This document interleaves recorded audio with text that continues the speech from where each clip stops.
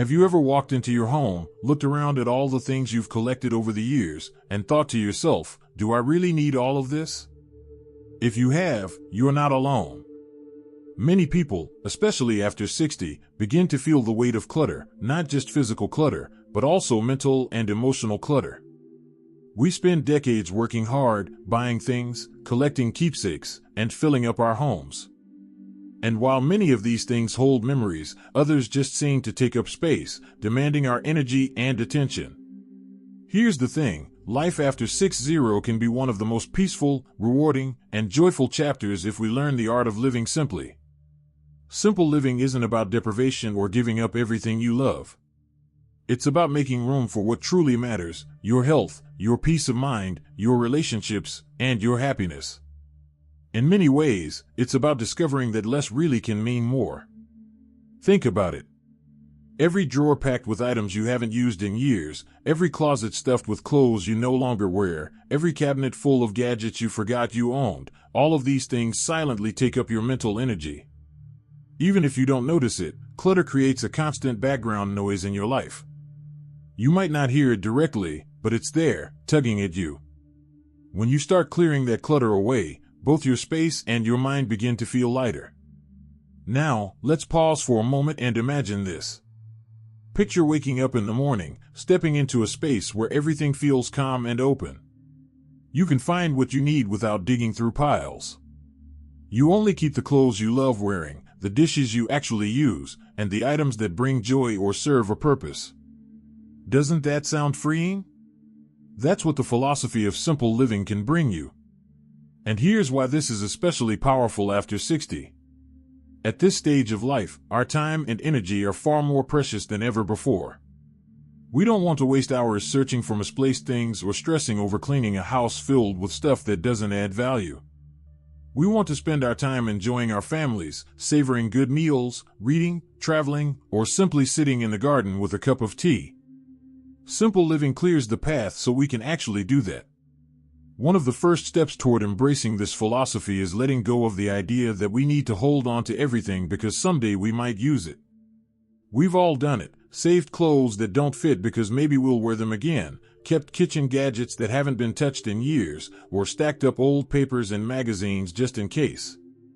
But here's the truth, most of that someday never comes. Instead, those things end up taking away from the joy of today. I once heard a woman in her 70s describe how she finally went through her closet and gave away more than half of her clothes. She said she only kept what she actually enjoyed wearing and what felt comfortable. And you know what she discovered? She felt younger, lighter, and even more stylish because she wasn't drowning in choices she didn't love. Every day, getting dressed became easier, and she said it gave her back energy she didn't even realize she had been losing. It's not just about clothes. Think about your kitchen, for example. Do you really need 6 different pans, 3 blenders, and drawers full of utensils you rarely touch? Imagine how much simpler cooking would feel if you had only the tools you truly use and enjoy. A clean, uncluttered kitchen can make preparing a meal feel like an act of peace instead of a chore. And then there are sentimental items, the hardest of all. Photos, souvenirs, gifts, little treasures we've collected along the way. These things carry memories, and it's natural to want to hold on. But simple living teaches us to keep the items that bring genuine joy and let go of the rest. Because here's something beautiful, the memory doesn't live in the object, it lives in you. You don't need 50 souvenirs from one trip to Japan to remember how amazing it was. Sometimes just one special item, carefully chosen, can hold all the meaning you need. Another hidden benefit of simple living is the way it reduces stress. Have you ever noticed how walking into a clean, uncluttered room instantly makes you feel calmer? Our surroundings affect our mood more than we realize. A crowded, messy space can make us feel restless or even anxious, while an open, peaceful space helps us relax. After 60, when health and stress management become even more important, creating an environment that supports calm and clarity is one of the best gifts you can give yourself. Simple living also saves money, and who doesn't appreciate that? When you live with less, you naturally spend less on things you don't need, less on maintaining and replacing items, and even less on medical bills because your stress levels drop. That saved money can be redirected toward experiences that bring joy, like a trip with loved ones, a cooking class, or even just treating yourself to something truly meaningful. And here's something else to think about. When we live simply, we also give our families a gift. Imagine your children or grandchildren one day having to go through your things. Do you want them to be overwhelmed with mountains of objects that mean little to them, or would you rather they discover a home filled with only meaningful, cherished items that tell your story clearly? By living with less, we make life easier not just for ourselves, but also for the people we love. Now, don't get me wrong, simple living doesn't mean living with bare walls and empty shelves. It doesn't mean denying yourself beauty or comfort. Quite the opposite. It means surrounding yourself only with what adds value, beauty, and peace to your life. It's about choosing quality over quantity, joy over excess, and freedom over clutter. The truth is, the philosophy of simple living is about creating space, not just in your home, but in your heart and mind. Space to breathe, to relax, to notice the little things, and to focus on what truly matters. And when you do that, life becomes not smaller, but bigger, fuller, richer, and more joyful. Now that we've explored why simple living matters so much after 60 and how it can bring peace, energy, and happiness into your daily life, let's move forward and talk about the next important step: how to actually begin this journey in a way that feels natural, not overwhelming. Watching and feel that these insights are meaningful.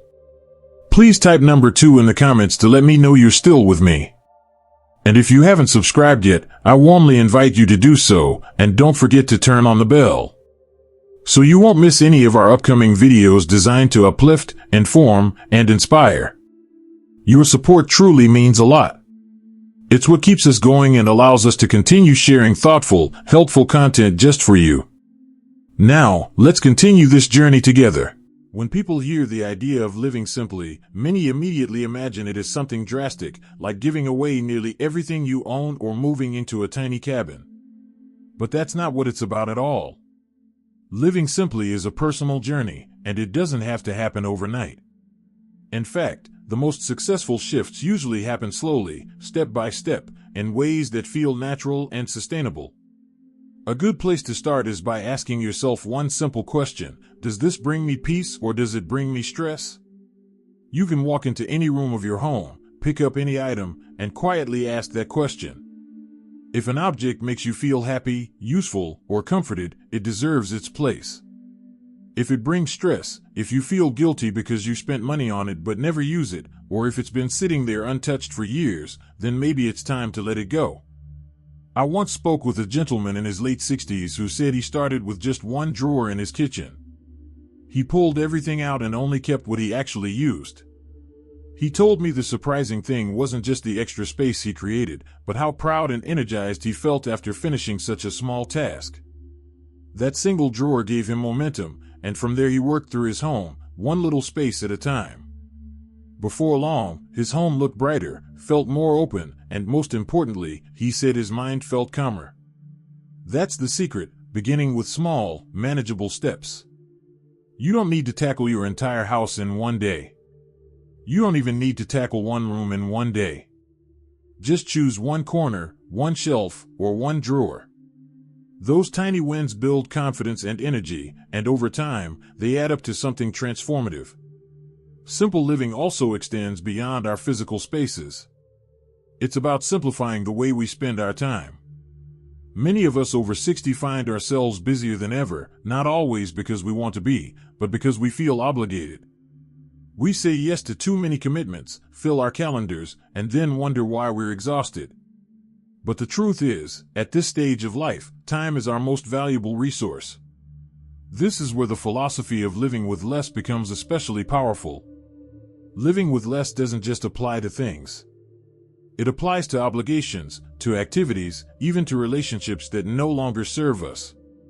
Saying no to something that drains your energy is saying yes to your well-being. Imagine how different your days might feel if your time was filled only with activities that bring joy, growth, or true connection.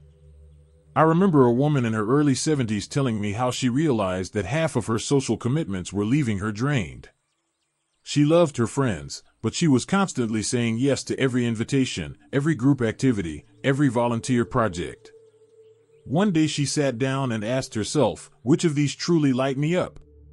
She began politely declining the things that felt like obligations and kept the ones that made her excited. Within months, she said she felt like her days had opened up, and she had more energy for her hobbies, her grandchildren, and even just quiet mornings with her coffee. Simplifying your schedule can be just as freeing as simplifying your home. And the best part is, you're in control. You get to decide what stays and what goes. Another piece of simple living is about how we approach technology and information. These days, we are surrounded by constant notifications, endless television channels, and an internet that never stops. While technology can be helpful, too much of it can leave us feeling overstimulated and restless. Sometimes, one of the simplest ways to live with less is to create boundaries with our devices. Maybe it's turning off notifications, limiting television time, or setting aside unplugged hours in the day when you just sit, read, or take a walk without any screens. One man I spoke with told me he began leaving his phone in another room during dinner and evenings. At first, it felt strange, but he quickly realized he was sleeping better, feeling calmer, and having more meaningful conversations with his wife. That's the kind of small, intentional choice that makes a big difference. The philosophy of simple living is really about aligning your outer world with your inner values. When you reduce the noise, whether it's clutter in your home, obligations in your calendar, or distractions from technology, you begin to hear your own voice more clearly. You rediscover what matters most to you, whether it's your health, your family, your spirituality, or simply having peace in your heart. And here's the beautiful thing, simple living isn't about loss. It's about gain. You gain time, energy, space, clarity, and joy. You gain freedom from the things that weigh you down, and you gain room for the things that lift you up. Of course, there will always be challenges. Letting go isn't always easy, especially with sentimental items or long-standing habits. But here's a perspective that might help. Instead of asking, "What am I losing if I let this go?" ask, "What am I gaining if I do?" Very often, the answer is peace, freedom, and happiness.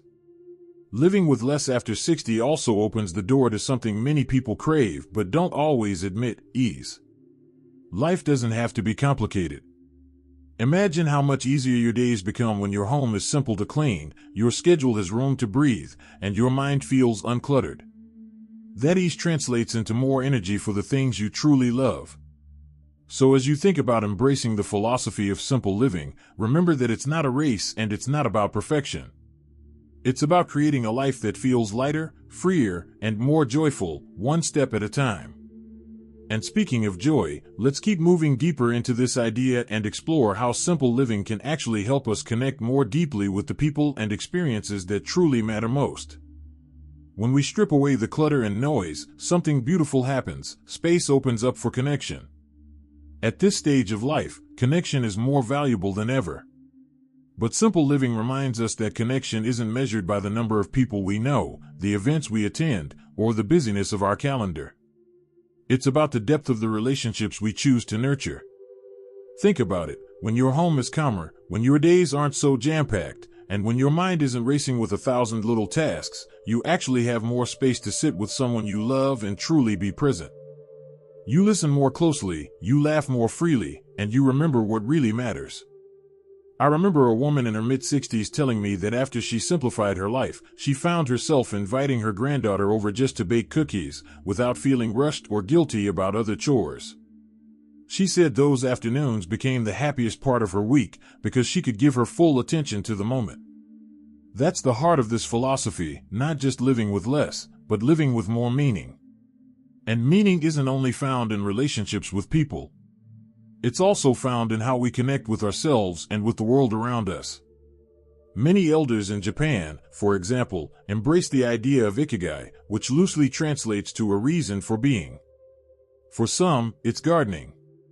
For others, it's painting, walking, or caring for a pet. Simple living gives you the space to rediscover your own ikigai, those small daily joys that make you feel alive and purposeful. It could be as simple as tending to a few plants on your balcony, writing letters to old friends, or enjoying a quiet walk where you notice the sunlight through the trees. These are not expensive hobbies. They don't require big plans or fancy tools. They're simple, but they bring joy and richness to everyday life. And that's what's so powerful about this approach. When you stop chasing more stuff, more obligations, more distractions, you begin to appreciate the small things that were always there, quietly waiting for your attention. Of course, there's another layer to this: health. Living simply often leads to living more healthfully without even trying. When your kitchen is less cluttered, it's easier to cook fresh meals. When your schedule is lighter, you have time for a walk or some gentle stretching. When you're not drowning in screens or stress, you sleep better, breathe easier, and even smile more. I've spoken with many people over 60 who say that simple living not only made them happier, but also made them feel healthier. Stress levels went down, energy levels went up, and some even said their blood pressure improved. Simplicity and well-being go hand in hand, because when you create space, you also create room for healing and rest. But here's something important to remember: simple living is not about comparing yourself to anyone else. Your version of simplicity might look different than your neighbors or your friends. For one person, it might mean downsizing to a smaller home. For another, it might mean simply clearing out their garage and making room for hobbies. For someone else, it might mean reducing social commitments and spending more time in nature. There is no right or wrong way. It's about what makes your life feel lighter and more joyful. And you know what's truly freeing? Realizing that after 60, you don't have to prove anything to anyone anymore. You don't have to live by anyone else's standards. You don't have to fill your home, your closet, or your calendar to show your worth. You've lived, you've learned, and now you get to choose what matters to you. That's the gift of this stage of life. So if you're sitting there thinking, maybe my life feels too crowded, too rushed, or too heavy, take this as a gentle invitation. Start small. Clear one drawer. Say no to one commitment. Turn off your phone for one evening. See how it feels. Let those little steps remind you that you're in control, and that happiness often comes not from adding more, but from letting go.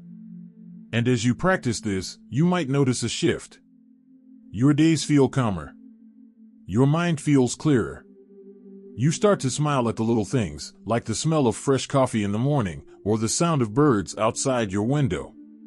That's the power of simple living. It doesn't just change your surroundings, it changes how you experience life itself. So let this be a reminder: happiness isn't about what you own, but about how you live. It's about the moments you savor, the relationships you nurture, and the peace you create within yourself. Living with less is not a sacrifice, it's a doorway to more freedom, more health, and more joy. If this message speaks to you, I'd love to hear your thoughts. What's one small step you've taken, or want to take, to simplify your life? Share it in the comments below, because your story might inspire someone else watching. And if you found this video helpful, don't forget to give it a like and subscribe to the channel, so you'll always have encouragement and ideas to help you live your best life after 60. Here's to embracing simplicity, finding joy in the little things, and remembering that the best years of your life can still be ahead of you.